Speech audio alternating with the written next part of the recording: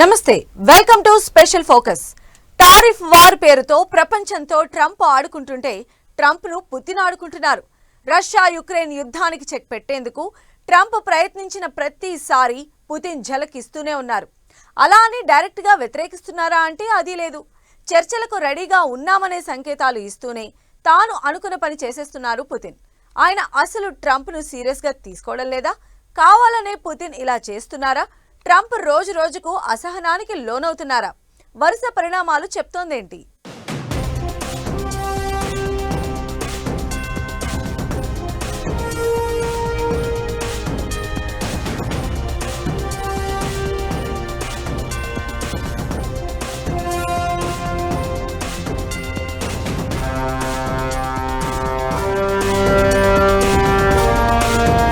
Trump నువ్వు ఆట ఆడుకుంటున్న పుతిన్, తాను అనుకున్నదే చేసేస్తున్న పుతిన్. ట్రంప్ను పుతిన్ సీరియస్ గా తీసుకోవడం లేదా? ట్రంప్కు కావాలని కోపం తెప్పిస్తున్నారా? యుక్రెయిన్ పై దాడి తరువాత ట్రంప్ అసహనం, పుతిన్ కు పిచ్చి పట్టిందంటూ ట్రంప్ వార్నింగ్. అసలు ట్రంప్ పుతిన్ మధ్య ఏం జరుగుతోంది?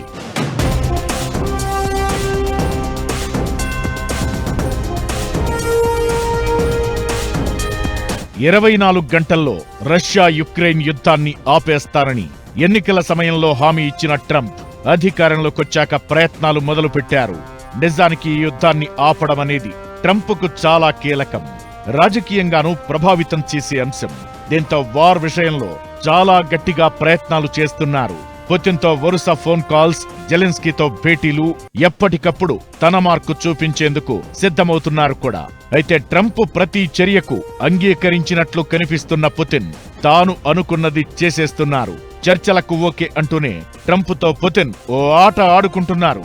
ఇదే ఇప్పుడు హాట్ టాపిక్ అవుతోంది. దీంతో పుతిన్ మీద ట్రంప్ అసహనం పెరిగిపోతోంది.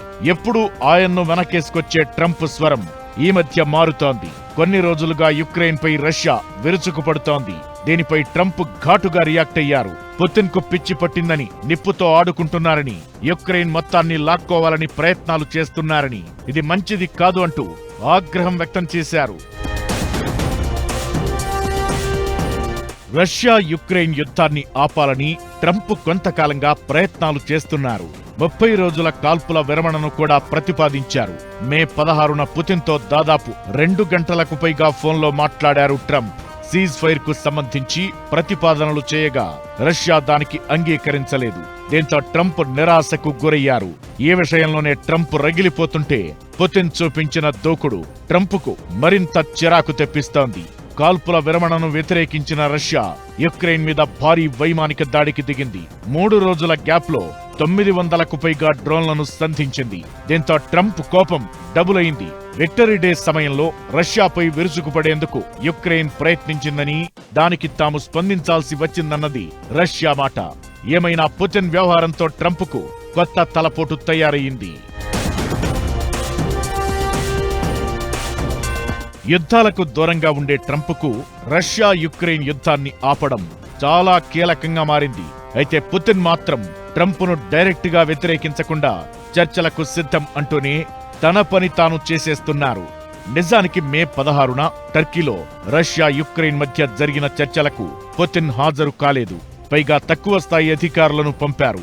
చర్చల మీద పుతిన్ స్టాండ్ ఏంటి అన్నది ఆ ఒక్క విషయంతోనే అర్థమైందనే అభిప్రాయాలు వినిపిస్తున్నాయి. వీటన్నింటికీ మంచి వాణిజ్య సంబంధాలు హైలైట్ చేస్తూ ట్రంప్ను ఆ చర్చల్లో నిమగ్నం చేసి యుద్ధ భూమిలో పుతిన్ తాను అనుకున్న పని చేసేస్తున్నట్లు కనిపిస్తున్నారు. ఇవన్నీ ఇప్పుడు కొత్త చర్చకు కారణమవుతున్నాయి. ట్రంప్ను పుతిన్ సీరియస్ గా తీసుకోవడం లేదా అనే అనుమానాలు కూడా వ్యక్తమవుతున్నాయి. ఇలాంటి పరిణామాల మధ్య యుక్రెయిన్ పై మే 25న రష్యా వైమానిక దాడి ట్రంప్లో మరింత అసహనం పెంచింది.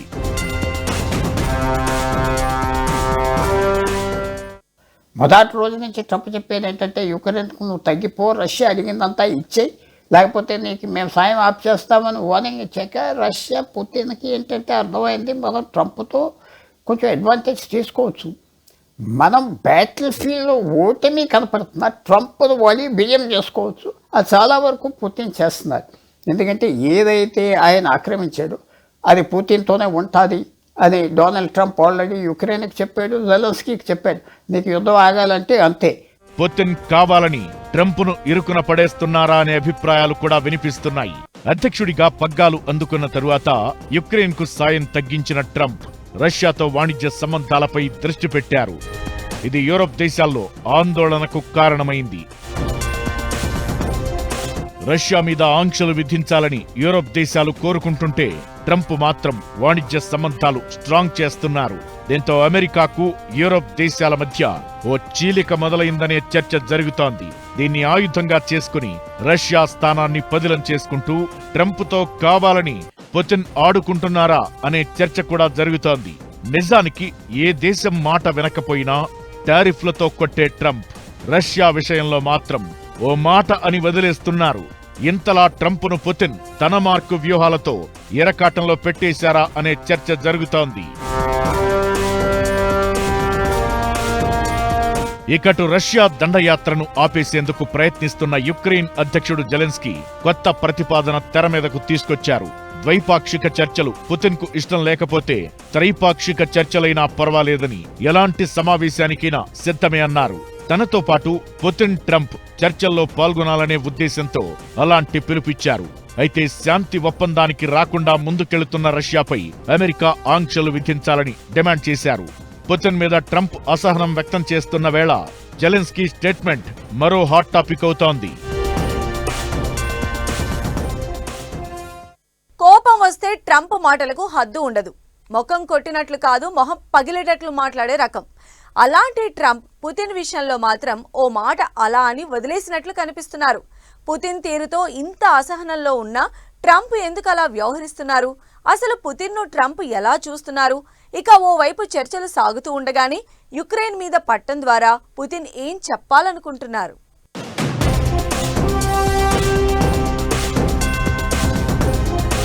అసహనమే గాని ఆగ్రహం కనిపించట్లే. పుతిన్ విషయంలో భిన్నంగా ట్రంప్ తీరు. చర్చల వేళ యుక్రెయిన్పై రష్యా దాడులు. అసలు పుతిన్ ఏం చెప్పాలని అనుకుంటున్నారు? తనను ఇబ్బంది పెట్టాలని చూసినా, తన మాట వినకపోయినా పూనకాలు వచ్చినట్లు వ్యవహరిస్తుంటారు ట్రంప్. నోటికి హద్దు ఉండదు.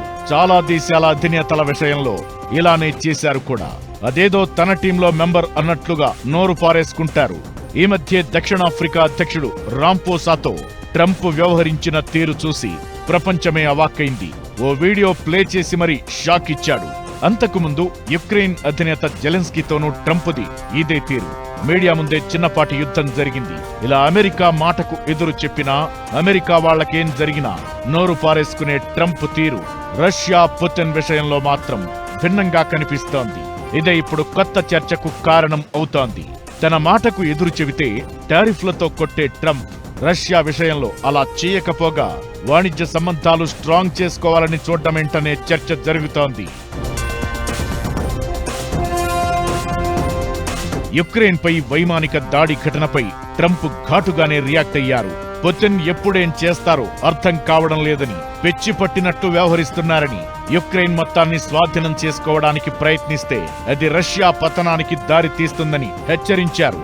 ఇప్పుడు కోపడ్డ సంగతి ఎలా ఉన్నా, గతంలో పుతిన్ విషయంలో ట్రంప్ తీరు ఎన్నో కన్ఫ్యూజన్స్ కు కారణమైంది. పుతిన్ చాలా తెలివైనవాడు అని ఒకసారి, పుతిన్తో స్నేహం మంచి విషయమని ఇంకోసారి, ఇలా చాలా సార్లు చెప్పారు. అప్పుడలా ఇప్పుడిలా. అసలు పుతిన్ అంటే ట్రంప్నకు ఏంటి అనేది $1 మిలియన్ ప్రశ్నగానే మారింది. గతంలో జెలెన్స్కీ, ఇప్పుడు దక్షిణాఫ్రికా అధ్యక్షుడి విషయంలో చూపించిన దూకుడు పుతిన్ విషయంలో మాత్రం ట్రంప్ ఎందుకు చూపించట్లేదన్నది పెద్ద ప్రశ్న. అయితే పుతిన్తో మంచి ఇమేజ్ నిలబెట్టుకోవాలన్నదే ట్రంప్ ప్రయత్నమనే చర్చ జరుగుతున్నా, అది ఎందుకు అన్నదే ఇప్పుడు చాలా మంది ప్రశ్న. ట్రంప్ కొంచెం చాలా స్ట్రాంగ్గా మాట్లాడాడు, కానీ అది మాటల వరకే ఉన్నాయి. వ్లాదిమిర్ పుతిన్ పూర్తి సైకాలజీ, ట్రంప్ సైకాలజీ అర్థం చేసుకున్నాడు. ట్రంప్ సైకాలజీలో ఏంటంటే యుక్రెయిన్ ప్రెసిడెంట్ మొండోడు, కొంచెం ట్రంప్తో గొడవ పడ్డాడు కాబట్టి అతనికి సాయం చేయడు. తర్వాత నాతో సంబంధం అమెరికా పెట్టుకుంటే ఆయన ఇమేజ్కి మంచిది, నేను చాలా పవర్ఫుల్ దేశం, పూర్వం నుంచి ఉన్న రష్యా, అది పుతిన్కి తెలుసు.